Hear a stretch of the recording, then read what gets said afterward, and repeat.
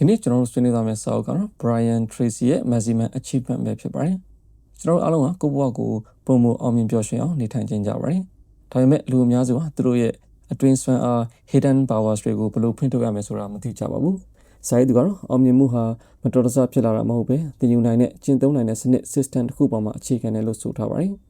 ဒီစာအုပ်ကကိုယ့်ရဲ့စိတ်နဲ့စိတ်ထားအပြုအမူနဲ့တွေးခေါ်ပုံတွေကိုပြောင်းလဲခြင်းအပြင်အမြင့်ဆုံးအောင်မြင်မှုကိုဘယ်လိုရယူရမလဲဆိုတဲ့လက်တွေ့ကျတဲ့လက်ညွှန်ချက်တွေကိုပေးထားပါတယ်။ကျွန်တော်တို့ရဲ့အတွေးခေါ်ပုံစံတွေကပဲကျွန်တော်တို့ရဲ့ဘဝရလဒ်တွေကိုဖန်တီးပေးပါတယ်။အောင်မြင်မှုဟာစိတ်အတွင်းပိုင်းကစတင်ပါတယ်။စာရေးသူကကျွန်တော်တို့ရဲ့ကိုယ်ပိုင်တွေးခေါ်ပုံ self concept ဟာကျွန်တော်တို့ရဲ့စွမ်းဆောင်ရည်ကိုအကန့်အသတ်ဖြစ်စေတဲ့အဓိကအရာဖြစ်တယ်လို့ရှင်းပြထားပါတယ်။ကိုဘယ်လိုမြင်တယ်လဲ။ကိုဘာတွေလုပ်နိုင်တယ်လို့ယုံကြည်တယ်လဲဆိုတဲ့အချက်တွေကကျွန်တော်တို့ရဲ့စွမ်းဆောင်နိုင်စွမ်းကိုတိုက်ရိုက်သက်ရောက်ပါတယ်။အမြင့်ဆုံးအောင်မြင်မှုရရှိဖို့အတွက်ပထမဆုံးအဆင့်ကကိုအောင်မြင်ပြီးသားပုဂ္ဂိုလ်အဖြစ်မြင်ရောက်ပြီးအဲ့ဒီအမြင်နဲ့ကိုင်ညီတဲ့အပြုအမူတွေကိုပြောင်းလဲဖို့လိုပါတယ်။ကျွန်တော်တို့ရဲ့စိတ်ဟာကွန်ပျူတာတစ်ခုလိုပါပဲ။သင်ပါကိုထည့်သွင်းပေးထားတဲ့ဆိုတဲ့မူအပေါ်မူတည်ပြီးရလဒ်ထွက်ပါတယ်။အကောင်းမြင်တဲ့စကားလုံးများရည်ရွယ်ချက်ရှိအတည်ပြုချက် affirmation တွေနဲ့ရည်မှန်းချက်ပုံရိပ် visualization တွေကိုအသုံးပြုပြီးကိုယ့်ရဲ့အတွင်းစိတ်ကိုပြန်လည်ပုံသွင်း reprogram လုပ်ဖို့လိုအပ်ပါတယ်။ကျွန်တော်တို့ကဘာပဲတွေးဘာပဲပြောကျွန်တော်တို့ရဲ့စိတ်ဟာအဲ့ဒီအရာကိုအမှန်တရားဖြစ်လက်ခံပြီးအကောင့်ထဲပေါ်ဖို့ကြိုးစားပါလိမ့်မယ်။စိတ်ပိုင်းဆိုင်ရာပြင်ဆင်မှုပြီးသွားပြီဆိုရင်လက်တွေ့ကျတဲ့မဟာဗျူဟာတွေနဲ့ကျွန်တော်တို့ရဲ့အလုပ်တွေကိုပုံမထိရောက်အောင်လုပ်ဆောင်ဖို့လိုအပ်ပါတယ်။အောင်မြင်မှုအတွက်အရေးကြီးဆုံးအချက်ကတော့ရှင်းလင်းတဲ့ပန်းတိုင်တွေကိုသတ်မှတ်ခြင်းပါပဲ။ပန်းတိုင်တွေဟာတိကျရမယ်၊တိုင်းတာရမယ်။ specific and measurable လို့စာရေးသူကအလေးနဲ့ပြောထားပါတယ်။သင်ပါကိုလိုချင်တယ်လဲဆိုတာကိုစာရွက်ပေါ်မှာရေးချပြီးအဲ့ဒီပန်းတိုင်စီကိုရောက်ဖို့အတွက်လှုပ်ဆောင်ရမယ့်အဆင့်တွေကိုသတ်မှတ်ပါ။ရှင်းလင်းတဲ့ပန်းတိုင်တွေကသင်ရဲ့လှုပ်ဆောင်ချက်တွေကိုဥတီချက်ပေးပါလိမ့်မယ်။အောင်မြင်သူတွေနဲ့တာမန်သူတွေကွာခြားတဲ့အချက်ကတော့သူတို့ဟာအရေးကြီးတဲ့အလုပ်ကိုအရင်ဆုံးလှုပ်ဆောင်နိုင်ခြင်းပဲဖြစ်ပါတယ်။2018နှစ်ရမှာPareto Principle ရသင်ရဲ့လှုပ်ဆောင်ချက်20%ကရလက်80%ကိုဖန်တီးပေးပါတယ်။အမြင့်ဆုံးအောင်မြင်မှုကိုရရှိဖို့အတွက်အဲ့ဒီအရေးကြီးတဲ့20%ကိုအမြဲတမ်းဦးစားပေးဖော်ထုတ်ပြီးလှုပ်ဆောင်ဖို့လိုအပ်ပါတယ်။လှုပ်ဆောင်ချက်တွေအားလုံးကိုမလုပ်နိုင်ရင်တော့အရေးကြီးအလုပ်တွေကိုအာရုံစိုက်ပါ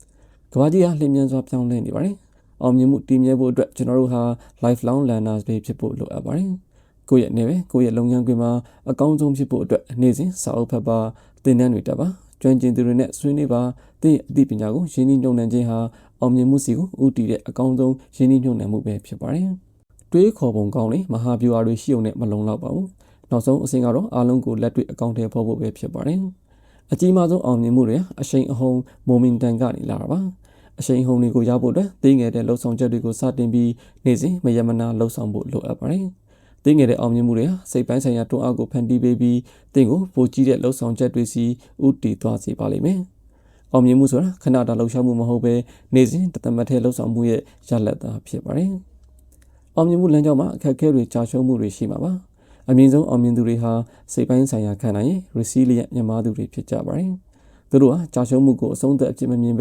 တင်ယူစရာအခွင့်အရေးအဖြစ်မြင်ကြပါတယ်။အမားတွေကနေအမြန်ဆုံးသင်ခန်းစာယူပြီးပြန်လည်ထပ်ရက်နိုင်ခြင်းဟာသင်ရဲ့ဖုံးကွယ်ထားတဲ့စွမ်းအားတွေကိုဖွင့်ထုတ်ဖို့အတွက်မရှိမဖြစ်လိုအပ်ပါတယ်။ဘလောက်ပဲအောင်မြင်ပါစေရှုပ်ပိုင်းဆိုင်ရာကျန်းမာရေးနဲ့စိတ်ရဲ့ငြိမ်းချမ်းမှုမရှိရင်အောင်မြင်မှုဟာမပြည့်စုံပါဘူး။စာရေးသူကကောင်းမွန်စွာစားသောက်ခြင်းလေ့ကျင့်ခန်းလုပ်ခြင်းနဲ့အနားယူခြင်းတို့ဟာအောင်မြင်မှုအတွက်မရှိမဖြစ်လိုအပ်တယ်လို့ဆိုပါတယ်။စိတ်ဖြစ်စီမှုတွေကိုစီမံခန့်ခွဲနိုင်ခြင်းနဲ့ဘဝကိုဟန်ချက်ညီအောင်နေထိုင်နိုင်ခြင်းကသာရေရှည်အမြင့်ဆုံးစွမ်းရည်ကိုထိန်းသိမ်းထားနိုင်မှာဖြစ်ပါတယ်။ Maximum Achievement စာအုပ်ကကျွန်တော်တို့ကိုအောင်မြင်မှုဆိုတာ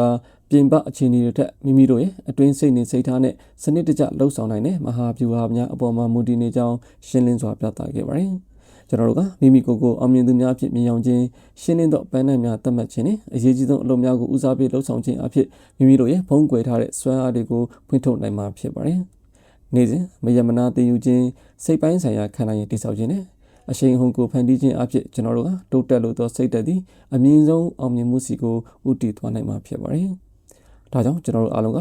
အောင်မြင်မှုသည်ရွေးချယ်မှုတစ်ခုပါဆိုတဲ့ယုံကြည်ချက်ကိုခိုင်မာစွာထားရှိပြီးလက်တွေ့ကျတဲ့နည်းပညာတွေကိုကျင့်သုံးခြင်းအဖြစ်မိမိတို့ရဲ့ဘဝကိုအကောင်းဆုံးအဆင့်သို့မြင့်တင်နိုင်မှာဖြစ်ပါတယ်။အဆုံးထိနားထောင်ပေးတဲ့အတွက်ကျေးဇူးတင်ပါတယ်။